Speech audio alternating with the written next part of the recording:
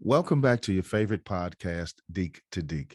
In this episode, I had a chance to sit down and talk with Associate Athletic Director for Student Athlete Development and Diversity, Equity, and Inclusion, Dwight Lewis. Dwight and I talk about his 20-year career of being a mentor, the importance of student athletes giving back to their community, and also the impact that it has when student athletes participate in growing their community, plus much, much more. Don't forget to subscribe. And as always, go Deacs. Kevin, I can tell you that there are three people that really have truly impacted me since I've been here in Winston-Salem and have helped me understand what it means to have stability, to have a deep love and compassion, and that's my wife Lorena and my two daughters Kyla and Kira. Uh, they are like my rock, my backbone, and so without them, man, this whole journey is not the same. And so they've created a space for me to be able to give back to the student athletes and yet still be able to do the things that we have an opportunity to do together. So Dwight Lewis, how's it going, man? it's going good, man. It's a beautiful day outside, man. And yeah, finally get some sun out here, man. A little windy, but it's nice. So, Dwight, you're well known and beloved by so many former student athletes across so many sports. So, I want to give Deacon Nation a chance to get to know you, who you are, what you're about, and exactly what you do for Wake Athletics and the important role that you play in the lives of so many student athletes and coaches. So, let's start from the beginning. So, Dwight, where are you originally from? I am originally from San Diego, California, and beautiful city. I call it America's finest city. And I think that is attributed to the weather and some of the opportunities to be on the beach and in the mountains and in the desert and in the woods. So I mean, you get an opportunity to get a piece of everything. So it's a really beautiful place. It's not something that I got to share with the group. Everybody knows that San Diego is like a vacation space, so I get to call that home. So that's where I'm from.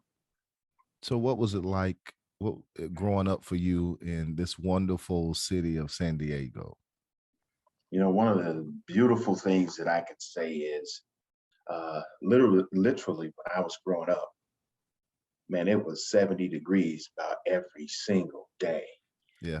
And 70, 75 is about as good of weather as you can have. And so, so my brothers and sisters and my cousins and friends and all, we were outside playing, 24/7. Christmas. I mean, I remember Christmas a few times. It was 75 degrees, and we were out there running around and doing things the kids do, man. And I truly believe that was the real reason why I was able to, really establish myself as an athlete because we had good weather 24/7, so I could always get work in. Well, At least I think I was a good athlete. Say it that way. Well, I was going to ask you about how did you get influence into sports and athletics what was the sports scene like in California? I'll tell you, I was so fortunate that my father was an avid football player, but he loved baseball more than anything. And as a kid, he took us to the San Diego Padres baseball games. And fortunately for us, they had a place called the Dave Winfield Pavilion, which was a space for underprivileged kids to be able to go to professional baseball games and, get a hot dog, some chips, and to cheer on the baseball team. And boy, I tell you what, I fell in love with Dave Winfield because I thought, wow, he was a multi-athlete. He could do basketball, baseball, and football. I was like, I want to be just like this guy. And so for me growing up, that was really one of the first influences that I had on what I could potentially become.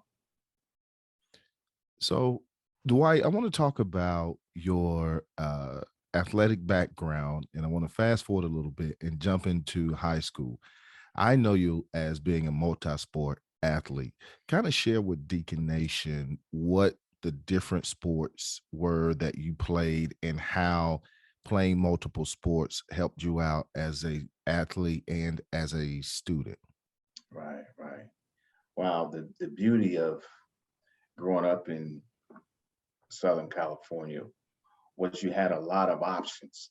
And what I Yeah. mean by that is there were water sports because obviously we're next to the water. So we had a lot of water sports. And so we learned how to swim when I was young.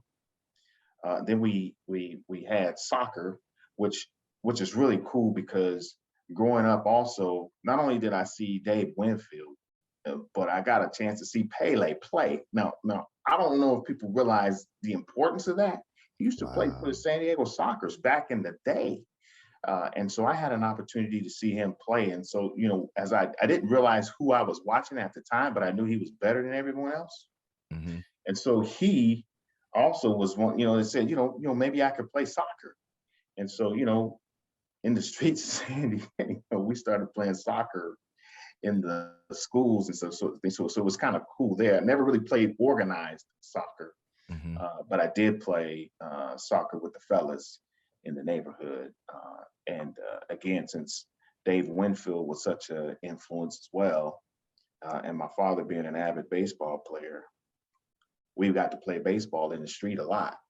And so we did a lot of baseball.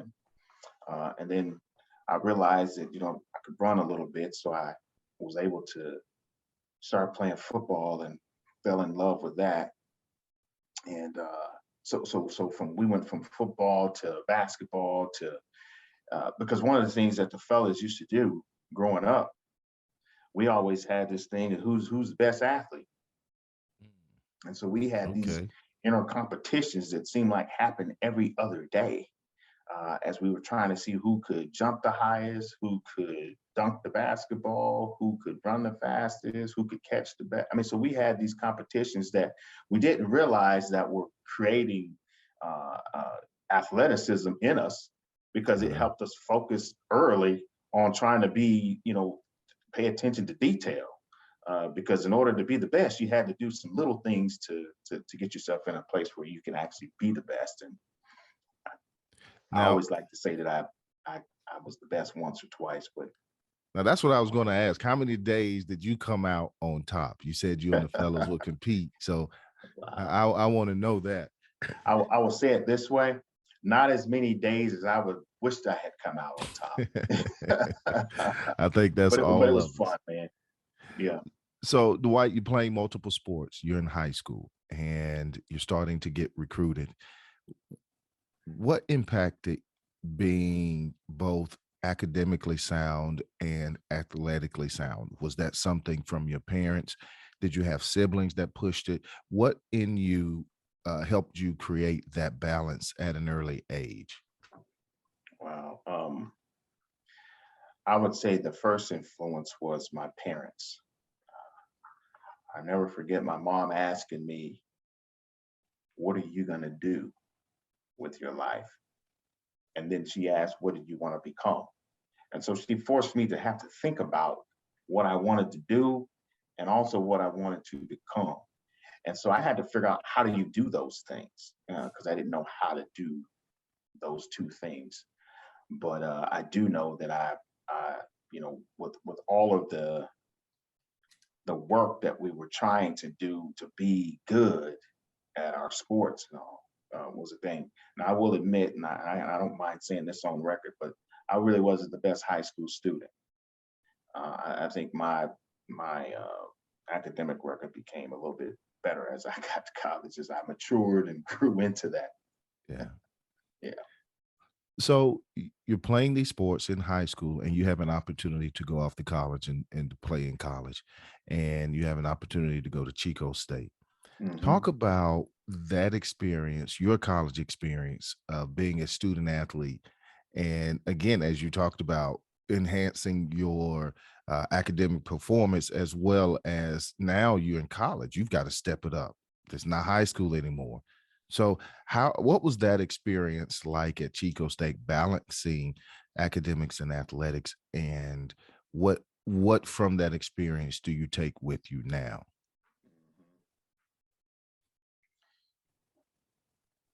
Well, I think initially it was a bit of a shock because as most folks that will listen to this realize that there's a different level of education that you have to learn how to do and learn how to be, and that was a process for me. For me, like many young men and women, man, I literally went to play football. My goal was to play football and then to play at another level after college.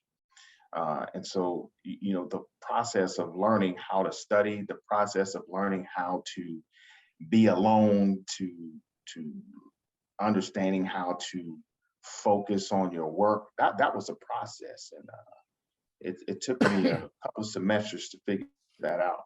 Mhm. Uh, I tell the story that I didn't do so well my first semester, so I tried to beat my report card home, and I didn't beat it home. And so I can assure you, after that second semester, I learned that it's more important to really sit down and really just be still so that you could do the work that you need to do. And I had to learn how to be still so that I could do the work. And then I became, after learning that, I became a much better student. There's a So maturity level that you have to get. so what helped you in that process, though, to mature and grow into understanding what you had to do? I mean, we've all, if you've ever been in a position to have to balance major responsibilities, it's oftentimes something you have to grow into. Um, how did you overcome some of those difficult days? Because I'm pretty sure you had some. We've all had those difficult days. Right. So I will admit, as a growing up, my parents, one thing they truly instilled in us as their kids was to believe in yourself. They said sometimes in order to be a leader, you have to stand alone and you have to be comfortable standing alone. And it didn't dawn on me what they meant until I realized in order for me to get my work done, I needed to sit down at a table by myself so that I could just focus in on the work. Now, one of the things that I learned early, and I think it was just innate, was to get mentors. I remember hearing a pastor speak back in, when I was in high school. He said, you don't have to, your mentor doesn't have to choose you. You choose your mentor. And it really came into fruition when I got to college. I realized that, boy, it's a journey that I cannot make on my own. I need help. And I needed someone to provide me with some guidance just to help me stay level headed, to keep my balance, to understand my management of time. And I had a gentleman by the name of Mr. Dalton. He was in the Air Force. So, like my father, he was a military man. So he understood regiment, he understood commitment and time management. And he made sure that I stuck to the task at hand. I'll tell you a story when that's appropriate in this interview about what he did to help me focus on what it was that I was supposed to be doing. Well, I can't wait to hear that.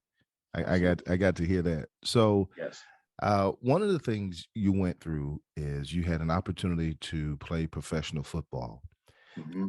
and then you kind of had that cut short due to injury. How did you overcome going through the injury itself, and then the process of transitioning away from the sport as a player? Because every student athlete, at some point, every athlete goes through that moment where you walk away from the game, whether you like it or not, whether the timing is perfect or not.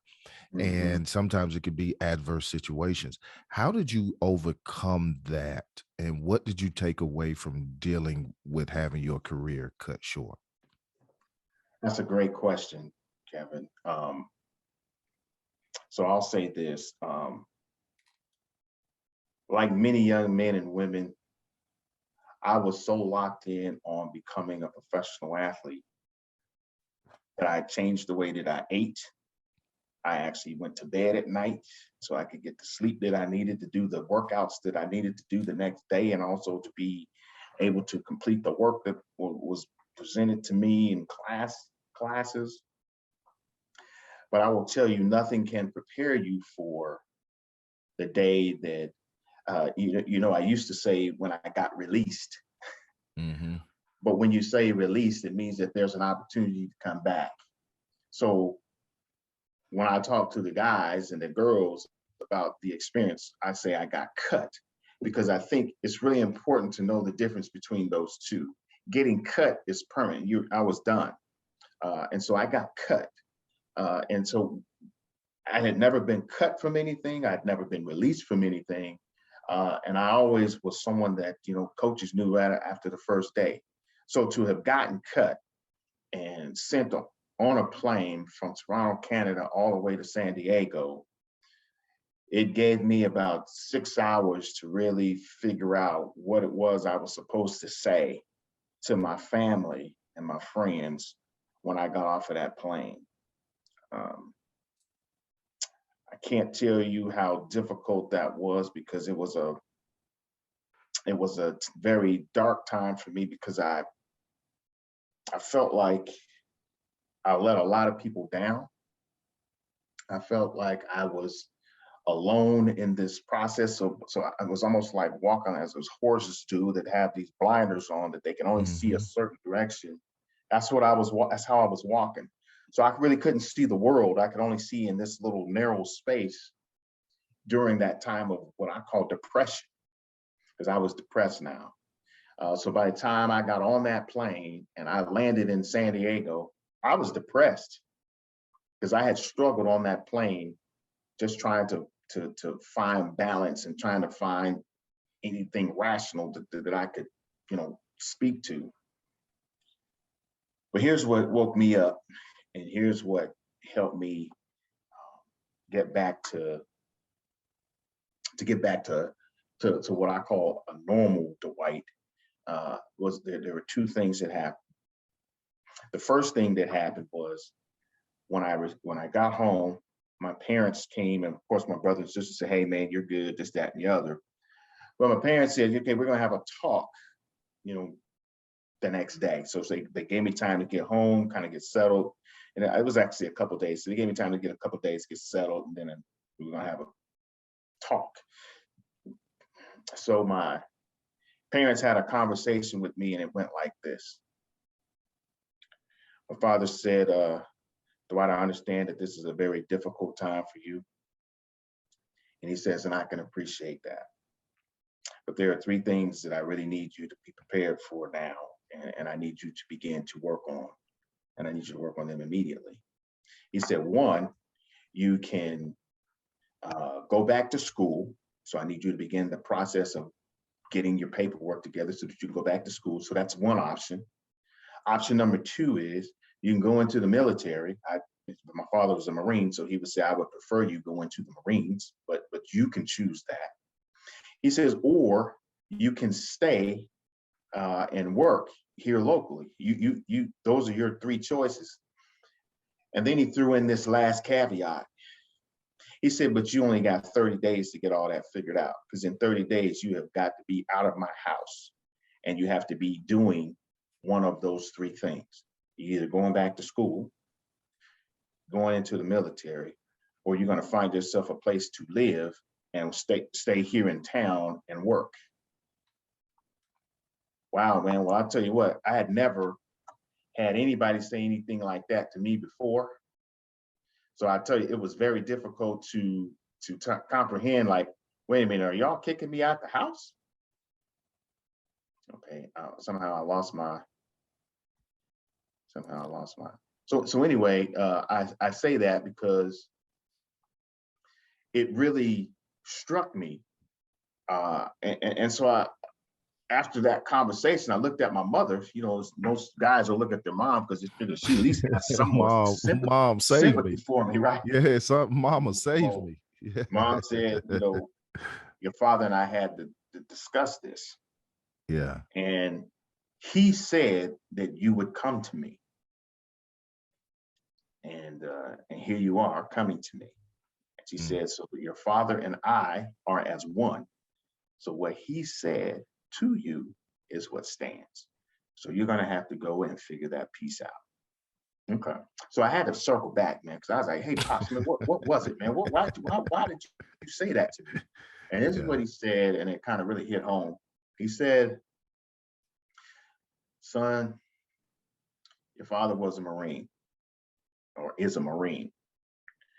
He said, it's really important for you to understand, even though difficult things happen, you still have to be able to function in society.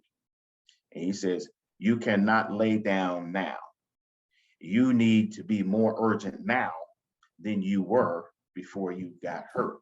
So that is why I said that. He says, so I need you to show yourself that you can endure this, you can find solace in this, and you can then begin the process of recovery and development so that you can grow in this. And I was like, wow, okay. So that was that piece of it. And then the second half of this was, I was sitting in church, because when it all said and done, you got to go find some that divine intervention, right? Yeah. As you meditate and try and find your way. And one of my old Sunday school teachers, Miss Douglas, said to me, Dwight, we loved you before you could throw and catch a ball, and we love you now. And I don't know what it was about those words right there that were pretty simple, but they broke this yoke on me. I was depressed, and by her saying that, she broke this yoke that was on me, and it freed me, and it helped me begin the process of recovery. So I could see things. So those blinders that were on me, they came off, and I could actually see the things that were around me. So I wasn't in a box anymore. The world was at my delight, if you will. So I had a chance to see the world now. So I said, okay, I got to go get this thing. And I began the process of transition back to college, because I recognized, if I'm gonna do this, I'm gonna get this education, I'm gonna start there, and then I'll build on that. Had no idea what I was gonna do, but I knew education was an important component, just based on some social circumstances, of course, as well as my own personal academic goals that I wanted to achieve. So what did end up happening next? So the next thing I did is I reached back up to some of the folks that I knew on campus, and I said, I need to get back into school, and so tell me what the steps were to get back into school. So they gave me those steps. I followed them to a T, and in, I think it was 15 days, I was ready to pack my bags and head back to college, because I was readmitted and I was ready to go again. So the cool thing was, my father saw the urgency in my eyes, and he recognized that he's going to be okay. And so, I hugged everybody, as you do, and you start back on that journey again. And I started my journey again. And when I got to school this time, I realized I'm going to finish it, and I'm going to see where this thing takes me, but I'm not going to play any more games. And I'll tell you what, I was locked in. Well, I'm glad you were, because you being locked in has created this wonderful career of touching the lives of college student athletes and coaches. And so I want to talk about that a little bit. So you go back to school, and now you're trying to find this profession, and you spent some time at the University of Oregon. Kind of give Deacon Nation an idea of what you were doing and what that experience was like when you got to Oregon as a professional. Correct. Well, see, the beauty of the work that I currently do, this kind of fits right into that. So it kind of gives a narrative there. Um, I use my network. My old football coach, he's, and here's the thing. It's really good that when you do the work that you're supposed to do and you do a good job, people recognize that. And they recognized that I was doing a good job. And so my old coach, Chico, we went to the University of Oregon, and he called me personally and he said, "Hey, I need you here because you can impact my players in ways that right now no one here can."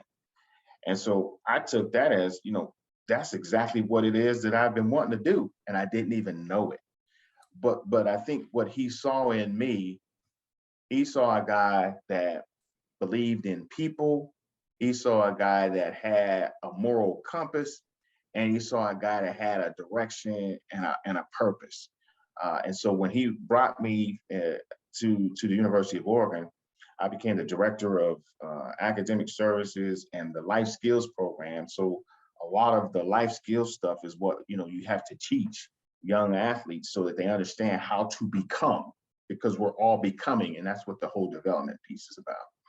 So that's how I got to the University of Oregon, and I worked with football and basketball. But the funny thing about it was when I got there and I started to do the job, what I recognized was the tennis kids were coming to see me, the golfers were coming to see me. We had only women's soccer at the time, and they were coming to see me. We didn't have baseball like they do now, but it was really neat to see all these athletes coming here to see me because I took what I did seriously. And because I really believe that this was for me, once I got there and I started doing the work, Kevin, I realized that this wasn't work. This was a call on my life. And the call was to make sure that student athletes get the education that they're supposed to get, but also give them tools where they can become their full selves. And that's what my model has been ever since I started in this work. So, Dwight, you talked about helping student athletes become their full selves. How important is that for a student athlete that they grow into their full selves, as well as balancing all of these other things, trying to be one of the best in the country at their respective sports and positions, as well as academically, you're in competition with some of the brightest minds from across the globe, and they're coming to Wake. And so how do you, that fullness, what is that? And how do you help student athletes acquire that fullness, and why is it important? Mm-hmm. Well, first of all, Kevin, I don't see them as athletes. Mm. I don't see them as I don't see them as, getting an education. The truth of the matter is, for me, is I see them as people individually because we're all different. And so for me, my number one objective is to pour into who you are so that I can help you then grow from the space that you find yourself in. I can help begin to build you up from that space. It's really important, man, to build trust from the gate. Because if you can't have trust, then you don't have a relationship. And Yeah. so the goal for me is to build trust with these student athletes early. And the way that you build that is you be authentic. You have to be vulnerable just as much as they are, because at the end of the day, Kevin, the beauty of the work that I do here is, listen, these student athletes teach me so much about who I am as much as I teach them about who they want to become. It's the beauty of this work. And I really say, when I say it's a call on my life, Yeah. some of the things that I do even surprise me. because they just happen in the moment. Yeah. So, Dwight, how does a kid from San Diego, sunny San Diego, who gets a start at his professional career / calling in Oregon, end up on the far East Coast in the South at this small private institution called Wake Forest? How did that happen? Uh, that's a great question. It's funny how what I'm about to share with you and share with the rest of the folks that listen to this podcast. So, as a kid growing up, the goal was never to leave California. That was my thing. I can do everything I need to do right here in the state of California because it's big enough. Yeah. But to answer this question, I recognize that my mother was from North Carolina. She grew up in North Carolina. She grew up near Wilmington, Wallace, North Carolina. So the roots are here, right? So wait a I minute. have roots here. So your roots go to down east North Carolina. That's the way they describe it. Down east. Down east North Carolina. Okay. That is correct. Okay. My father was from Mississippi, Columbus, Mississippi. So I have a lot of Southern blood in me. Yeah. But I say I was, obviously born in California. So obviously I have that California vibe, if you will. But I will say this: when the opportunity for me to come to North Carolina came, I reached out to all of my family members that live out here, and I talked to them about all the schools except Wake Forest because I wanted to hear what they had to say. And I wanted to see if Wake Forest's name would come up. And fortunately for me, it did. And it said that, but if you could get a job at Wake Forest, you would be at probably one of the best schools in the United States. And I thought, well, then this is the right place for me because I really thought that this. So there were two things. I always wanted to work in the Pac-10 or now Pac-12. Okay. Or I wanted to work in the ACC. And the reason I wanted to work in one or the other is because I recognize the academic reputation. And I realized that education is the way out of poverty and education is the way out of difficulty. So the more educated you become, the more you have options and opportunity. And so for me, the education was critical. And so Wake Forest matched both things. It matched the high level of athletics with the high academic standards. So it fit what I was looking for. So Dwight, you're celebrating how many years at Wake and Wake athletics? How many would you say? 22 in September, but right now 21 years. 21 years. Yeah. And you've probably impacted how many student athletes would you say alone at Wake Forest in your 21-year tenure? Because you've touched every sport. And I remember when I would come back to games and I would talk to alums and they would all talk about Dwight. You got to meet Dwight Lewis. You became this favorite amongst the alums as well as the current student athletes.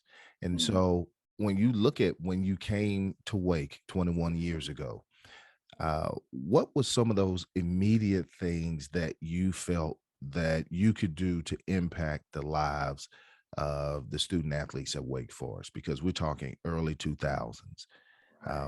What were some of those early things that you were able to do when you first got here? Yeah, that is a great question. One, it was an opportunity, Kevin, for me to be in a position where I could actually put in the kind of conversations, the kind of educational opportunities, the community connections, and the educational prowess that Wake Forest has. I could put all those things together and I could deliver those to our student athletes.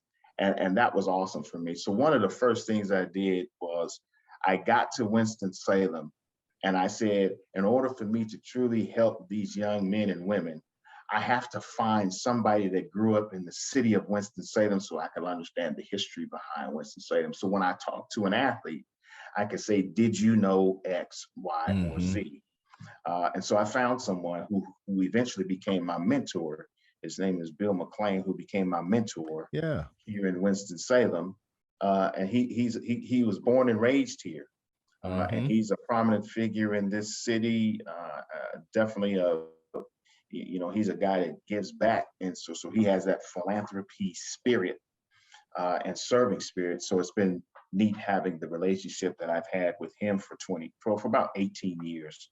Because I met him a couple of years after I'd been here. But it was important for me to find someone that understood the city of Winston-Salem. And then secondly, it was important for me to find some people on campus who could actually support and provide our student athletes with opportunity. And I had the pleasure of meeting Dr. Barbie Oaks, who was spectacular. Yeah. Who worked in at the time, Multicultural Center, which is known today as the Intercultural Center. Had an opportunity to meet her and to really establish a really good relationship with her. So she was able to give me some Wake Forest University history, which was important for me to understand. So when I talked to recruits, I had some information I could share with them. Also, I had an opportunity to meet Dean Harold Holmes. Dean Holmes, yeah. Yes, and he became special shout out to Dean Holmes. Yes. He's seen a lot. He's Absolutely. seen a lot. He became a valuable resource for me. And so that relationship was awesome. And so it was really neat to have the male perspective and the female perspective. And that was another thing that I was truly looking for. But I will say this too, man, that, in this time, I had a chance to really get to know Dr. Hatch. And, Dr. Hatch has been a big influence in my experience here at Wake. And so those people helped me learn how to, show student athletes a different direction than what the direction had been before I got here.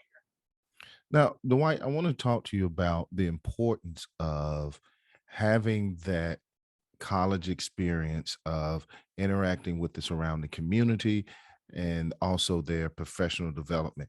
How important is that to a student athlete's overall experience in their time at a university? Yes. Wow, Kevin. To me, it speaks volumes about you as a person, because it's more important to give or serve, if you will, than it is to receive. And obviously that's a spiritual term. So it's really more important to give than it is to receive.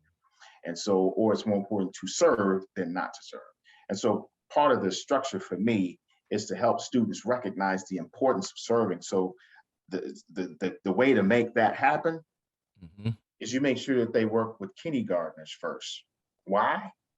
Because kindergartners are still sponges, and kindergartners will suck up every word that an athlete says because they give them this look of awe, and every athlete wants to be in that, have that look of awe on a kid's face. And it's really easy because there's really nothing you could say to a kindergartner that the kindergartner is not going to think is gospel, right? So that's how you initiate giving. And when you can give back to a kid, there's something about kids, because they're innocent, that gives the athlete, it's like, wow, I can't believe I haven't been doing this. And I always tell them, the same impact that the athletes have on me personally is the same impact that those kids have on the athlete. And so the athlete feels compelled to give. So, Dwight, I want to share this story and experience that I had in working with you. And you want to talk about serving and giving back to the community and working with kids. One time it was yourself and some of the other staff and some of the current student athletes came over went to Kimberly Park to read for some of the kids there. And I could tell you the impact that had on those kids there, that, here are these student athletes that they've seen on television that were there in front of them, and we're talking to them and inspiring them to do the things necessary to go to college and be whatever it is that they want to be, and what that meant to those kids, but also what it meant to the university and its brand and what it does and its claiming of its stake in the community. And so that was just a wonderful experience to see that that you were able to work and make that happen. How often do you find that the kids in these schools do get inspired when the student athletes take the time and they may read or they may tutor or just be there to be a mentor? Wow. It's such a powerful thing. You know, as kids, you always want to aspire to become something. And a lot of Mhm, times you just don't know what that is until you mhm. see it. It's almost like faith, you know, faith comes by hearing. Well, it also comes by seeing. Yeah. And so it's really important for kids to see what they can become. Right? Mhm. And it's one thing to hear it, right? But it's another thing to see it. And so when they see these young ladies who are in their Wake Forest golf shirts and they're thinking like, could I ever play golf? Well, the answer is Mhm. yes, because they see girls who are playing golf, so they realize that I can do that one day, Yeah. and that's a cool thing. Uh, because one of the things that I do with those kids is I want them to close their eyes and I want them to envision what that would Mhm. look like being a student athlete at Wake Forest and at the time holding a golf club or holding a tennis racket Yeah. or catching a football or you know what I'm saying, or holding a field. Mhm. That stuff is crucial because when you start creating that imagery, what happens to kids is they go home and they talk about that to their parents and they begin to dream at night about what they can become, and that's Mhm. how things get started. And you know that's how you catch fire. Yeah. So it's really a cool thing. I'll never forget that day you're talking about when one of the young girls in their kindergartner said to the group that the question was, "What do you want to be?" And she said, "When I grow up, I want to be a princess." Well, the beauty about that, Kevin, is I told her that the cool thing, sweetheart, is you're already a Mhm. princess, Yeah. right? So yes, you're a princess, but we'll get you a crown just to kind of Yeah. verify that so that you know that you're a princess. So you have to circle back and get the girl a crown. That's what you said you do, right? So you Yeah. go back and get her a crown. Now she truly is a Oh, princess.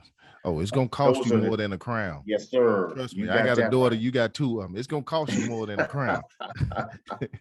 Yeah, so it's little moments like that Yeah. that truly impact kids, and it gives them a sense of hope, a sense of belonging, and a sense of direction. Dwight, I want to talk about some of the things and the programs and the initiatives that are going on now, that the ways that student athletes are able to prepare for life after the game, as well as be involved in the community and just active in campus activities. Hmm. What are some of the programs and initiatives in your area that are going on that student athletes are often involved in, with where Deacon Nation may see them out and about? I think one of the most important ones right out of the gate is a student athlete advisory committee. Student athlete advisory committee is an opportunity where our student athletes get to become a part of leadership, where they have an opportunity to impact legislation. They have Hmm. the impact to impact their current peers in how Hmm. things are set up and done. I do know that our SAC group also helped us with per diem and Okay. how much per diem our athletes should have. So that was a cool thing. And so it helped our SAC student athletes realize the importance of that role. Hmm.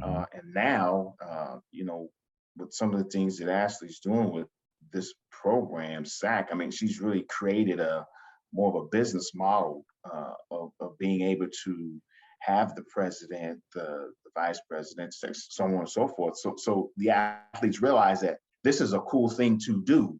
And so because of that, you know, you get an opportunity to do a lot of fun things. And so fun things are you're able to set up a program with the help our people eat here in the community, which is hope, where our athletes get to deliver food in the community to those that are in need. That's a big deal. And I'll tell you a cool story about one of the athletes, Luisa Fernandez, on our tennis team. Mm-hmm. She came into the office as a freshman and she said, "Mr. Lewis, I want to find a way to impact the world." Well, that's a tall task. Yeah. Yeah. And, and so my thought was, there's no way I can put water on this fire. I have to make sure that I add some coals to that so she stays hot. And so the beauty was 2.5 years later, and this is, I'm telling you, Ken, this right here is what being a student athlete in my mind is really all about. She wanted to impact the world.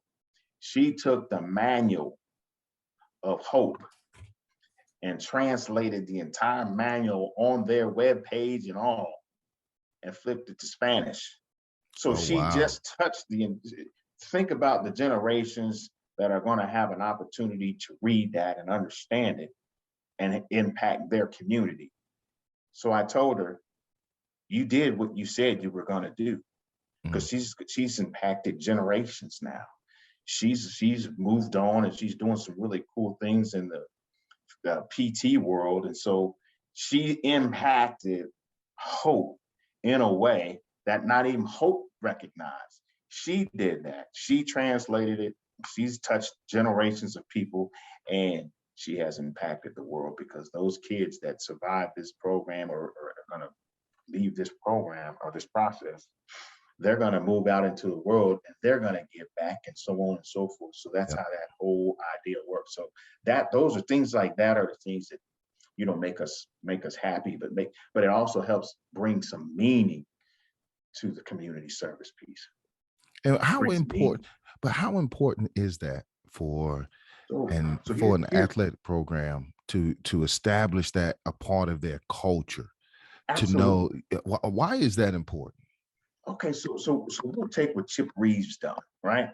So Chip Reeves, former football player, decides that, I want to find a way to give toys to kids in a community that are in need, that may not have an opportunity to have the same type of Christmas that, maybe he had. Yeah.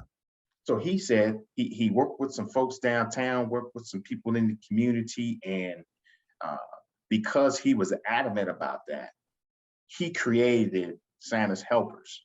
Now, think about this. He created Santa's Helpers. We still do Santa's Helpers today. It's been 40-some years of Santa's Helpers. Yeah. So here's the good news about that. You can talk to any student athlete over the past 25, 30 years, and you can ask them, did you get a chance to do Santa's Helpers? And watch how they light up when they talk about it. You know why they light up? They light up because they know they impacted a family who was in need, and the smile on those kids' faces and the tears in the mother's eyes brought meaning to that. And that's why Santa's Helpers will probably be here for another 50 years, because that is the kind of impact that a program like Santa's Helpers can have on a culture here in the athletic. People are excited about going to wrap presents and deliver them. That's a cool thing to do, because they recognize that there are people out there that are in need. And I think as someone who went through the champs program and the other programs of service at Wake Forest as a student athlete, it meant a lot to us to give back. Absolutely. Because some of us come from those challenging environments where, those resources are helpful and needed. Dwight, I want to talk to you about your time at Wake. You've spent over 20 years. What are 2 to 3 of your proudest moments as a Demon Deacon? Well, I will say that Louisa, in creating and translating the Hope manual and website from English to Spanish, that's a big deal, man. Yeah. It's Yeah. moments like that, man, that make me tear up because she will impact generations and she will be able to impact the world. So that's a big deal for me.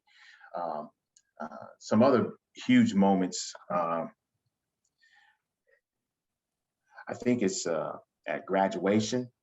Yeah. You know, I've had a conversation with several athletes, and I said, you know, there's a lot of things that I would desire, but there's really only one thing that I want from you before you leave here, Hmm. and that's an invitation to your graduation. That's it. I don't want your money. I don't want your time. I just want an invitation to your graduation. Why? Because that helps us all be able to celebrate the work that you've put in. And that's a big deal. Graduation is a big deal. There are times where students say, well, I'm not going to go to my graduation. And my thing is, well, wait a minute. You have put the work in, you have put the time in, you've done you've got the grades. It's time to celebrate all of that. Let's celebrate those last 4 or 5 years. And so graduation time for me, Kevin, is always a big deal because it's the end of one thing and the beginning of something else. So there's a transition that's being made. So those two things right there are huge for me. And again, as I mentioned earlier, education is critical to me, and Yeah. it's a way of changing your mental status, your economic status, and your social status. And the only way that can happen is you got to get that degree, and that helps begin that process. So graduation is a big deal. And when student athletes have the Chip Reeves and the Louisa kind of mindset, those are other big deals. Those are two kinds of things that really excite me about the Yeah. work that I get the opportunity to do. Now, Dwight, when you have the opportunity to sit down with the parent of a prospective student athlete and you're talking about what you do, how often does the parent really understand the importance of their child being involved in community activities as part of their overall experience in going off to college? Hmm. I make sure, Kevin, that that's a part of my presentation Yeah. because I think it's important that parents recognize that your son is going to leave the house one way, but when he comes home, he's going to be a different way. Why? Because that's what education is supposed to do. But at the same time, as you're learning in the classroom, you also have to learn the social constructs of the communities that you're going to be living in. And so the giving back portion of it creates what Wake Forest considers pro humanitate. So you have to give back to humanity. And that's what this whole idea of community service is really about. It's about giving back to humanity. And so I take it literally. And so part of my presentation to parents is that, you know, our athletes have a great time giving back. And most of the time, the mom says, well, that's great because I don't know that he's done any of that. And so that's a thing Yeah. that he'll do when he comes home because he's had an opportunity or she's had an opportunity to do it here because it's part of the presentation that I give to every parent that I sit down with in the recruiting process. I think it's critical, Kevin. I think it's critical because I think that is a part of the educational process. We Yeah. all know that some of the most important things that you're going to learn are not going to be in a book. Yeah. It's going to be in life. I want to read a couple of quotes, about 3 quotes of what some past student athletes have said. Portia Jones, she's a past guest on the Deac2Deac, and a women's basketball player, said you help her deal with her injury because of your experience.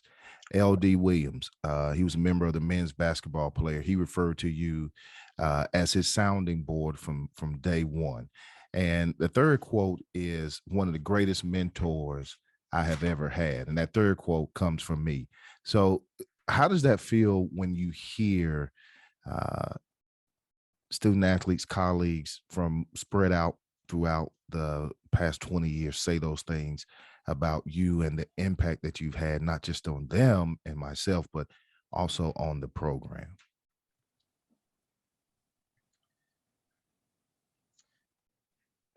in the spiritual sense, Kevin, you know, you really want your rewards when you get to heaven. But it's not bad to get some nuggets while you're on earth.